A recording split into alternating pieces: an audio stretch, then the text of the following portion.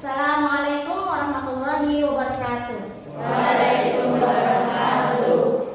Apa kabar anak-anak semuanya? Baik. Selamat siang. Siang. Semangat belajar PAI? Oke, sebelum kita mulai belajar, kalian cek dulu kerapihan teman di sebelah kalian. Udah rapi semuanya? Nah, sekarang kalian cek kebersihan di lingkungan kalian. Nggak ada, oke, bagus. Tetap semangat ya, tepuk semangat.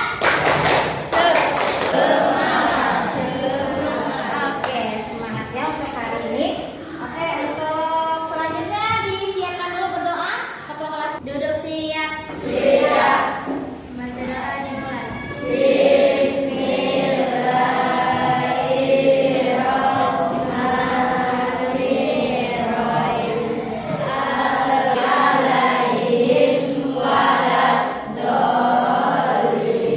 Memberi salam.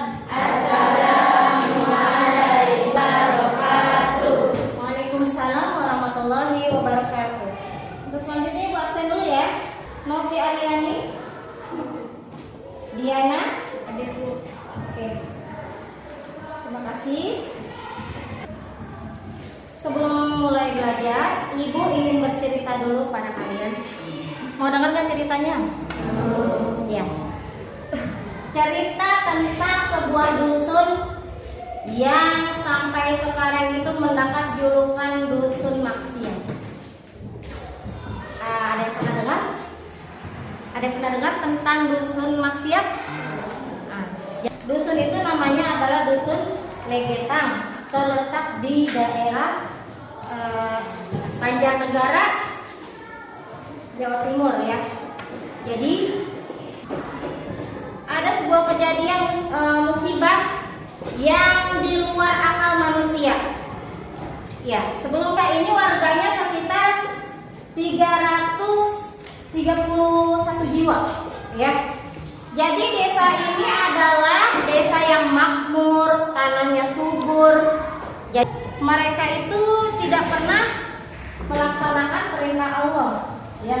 Tapi mereka selalu melaksanakan atau melakukan maksiat atau hal yang dilarang oleh Allah. Contohnya yang pertama, mereka melakukan atau mengadakan pesta tari erotis, ya. Yang kedua, mereka itu sering bermabuk-mabukan. Yang ketiga, mereka itu banyak sekali yang melakukan zina, ya. Jadi semua itu adalah termasuk dosa Kemudian tiba-tiba pagi-paginya itu ada terjadi longsor dari Gunung Pangamun-Amun itu menutupi rata desa Legetang.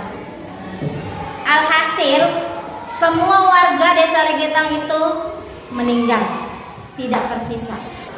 Terus apa kaitannya Ibu cerita ini dengan apa yang kita bahas, dengan materi yang akan kita bahas? Sangat dalam kaitannya ya. Jadi Allah itu akan menimpakan bencana pada sebuah daerah dikarenakan maksiat yang dilakukan, ya. Dikarenakan manusia itu atau warga di daerah itu tidak melaksanakan perintah Allah, ya. Jadi untuk materi kali ini adalah membahas surah Ar-Rum ayat 41, ya. Yang bunyinya kalian dengerin ya. A'udzu billahi minasy syaithanir rajim. Boleh ikutin? Bismillahirrahmanirrahim. Zaharal fasadu fil barri wal bahri bima kasabat aydin nas. Ayo. Bima kasabat aydin nas liyudhiqahum ba'dalladzi 'amilu la'allahum yarji'un. Yang artinya telah tampak kerusakan di darat dan di laut disebabkan perbuatan tangan manusia, ya. Allah menghendaki agar mereka merasakan sebagai bagian dari akibat perbuatan mereka agar mereka kembali ke jalan yang benar. Nah, di ayat ini dijelaskan ya bahwa musibah itu terjadi atas perbuatan tangan manusia sendiri. Dan kenapa Allah menurunkan musibah itu? Yaitu tujuannya adalah untuk mengingatkan kita untuk kembali ke jalan yang benar, yang diridhoi Allah. Paham semuanya? Baik anak-anak, untuk tujuan pembelajaran kita pada hari ini ya, Ibu ingin kalian yang pertama menuliskan surah Ar-Rum ayat 41. Kedua, kita akan mengidentifikasi hukum bacaan yang terdapat pada surah Ar-Rum. Mengidentifikasi. Dan yang ketiga, kita akan membahas isi kandungan surah Ar-Rum. Baik anak-anak, hari ini kita sudah menulis dan membaca surah Ar-Rum ayat 41 dan kita sudah mengidentifikasi bacaan tajwidnya, hukum tajwidnya. Kemudian kita juga sudah membahas isi kandungan surah Ar-Rum ayat 41. Kemudian dari kalian, siapakah yang bisa menyimpulkan materi hari ini? Vera. Kerusakan yang terjadi di daratan dan di laut disebabkan oleh tangan manusia sendiri. Ya, betul.